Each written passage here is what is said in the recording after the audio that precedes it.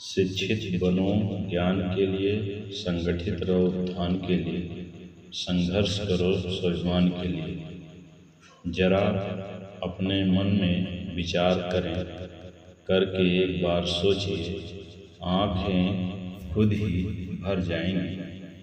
जिस देश में अज्ञानता को पूजा जाता हो और ज्ञान का अपमान किया जाता हो, उस देश का भविष्य क्या होगा यह आप खुद समझ सकते हैं।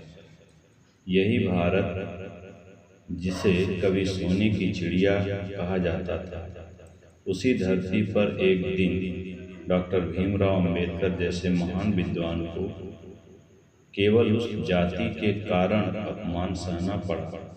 गर्मी का तपता हुआ दिन था। बाबा साहब पुणे की ओर जा रहे थे। प्यास से उनका गला सूख रहा था।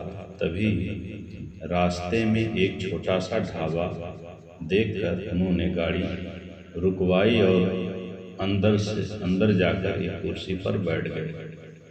एक कर्मचारी अंदर से उनके लिए पानी का गिलास लेकर आया, लेकिन जैसे ही ढाबे के मालिक की नज़र उन पर पड़ी, उन्होंने अपनी पहचान लिया और तुरंत उनके शब्द से जहर घुल गया।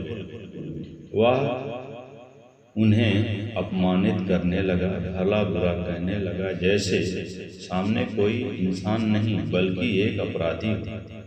उस क्षण बाबा साहब ने गिलास को हाथ से उठाया, एक पल के लिए रुक गए और फिर उस पानी को जमीन पर फेंक दिया। उनका सिर शर्म से और दर्द से झुक गया। दिल के अंदर एक ही आवाज़ गूंज रही थी कि काश मेरी शिक्षा, मेरे संस्कार, मेरे ज्ञान की इस समाज में कोई कीमत होती। वह पल सिर्फ एक व्यक्ति का अपमान नहीं थी, बल्कि पूरे समाज की सच्चाई को उजागर कर रहा था। और यही दर्द आगे चलकर ऐसा संकल्प में बदल गया जिन्होंने अन्याय के खिलाफ सबसे बड़ी लड़ाई को जन्म दिया। क्या आप मानते हैं कि भारत में जात पात छुआछूत को मिटाना सबसे ज़्यादा ज़रूरी है?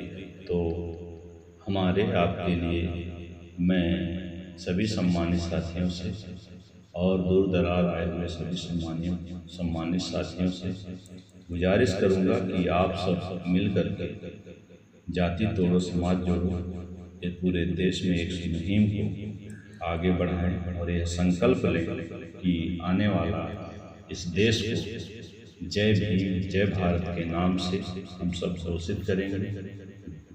तो सब मिलकर के इस बात को जरूर याद रखें।